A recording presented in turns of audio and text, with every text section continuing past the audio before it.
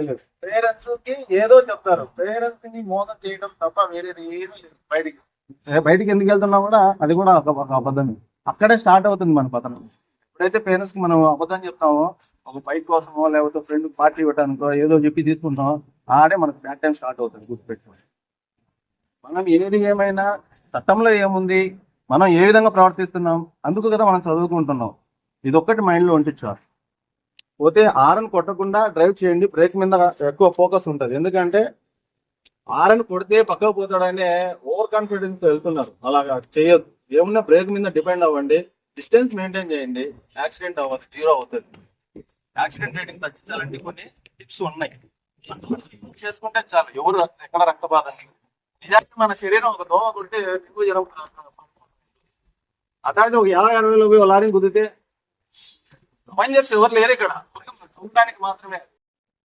ఆ ఫీలింగ్స్ ఎలా వస్తే మళ్ళీ నాకు అర్థం కాదు. సో ఏదేమైనా మనం ఒకటి చేస్తున్నామంటే డెప్త్ గా వెళ్ళి తెలుసుకొని దాన్ని ప్రయత్నించడం చాలా మంచిది అనుకుంటున్నాను.